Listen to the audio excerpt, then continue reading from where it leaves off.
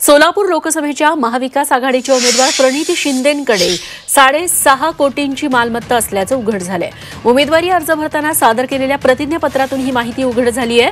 2019च्या तुलनेत त्यांच्या संपत्तीत 5 वर्षात 1,81,00,000 रुपयांची वाढ झाली आहे। विशेष बाब म्हणजे आपल्या नावे एकही दुचाकी, चारचाकी नसल्याचं त्यांनी प्रतिज्ञापत्रात नमूद केलंय।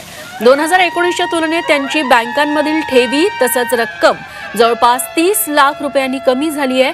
त्यांच्यावर कोणत्याही बँकेचं कर्ज नसल्याचंही त्यांनी सांगितलं।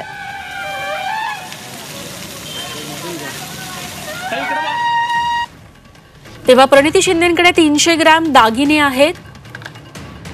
जमीन 5 एकर 70 गुंठे इतकी आहे। शेअर बाजारातील त्यांची गुंतवणूक 12 लाख रुपये। बँका टपालमधील ठेवी या 99,51,000 इतकी आहे। निवासस्थान दादर आणि सोलापुरात प्रत्येकी एक असं आहे।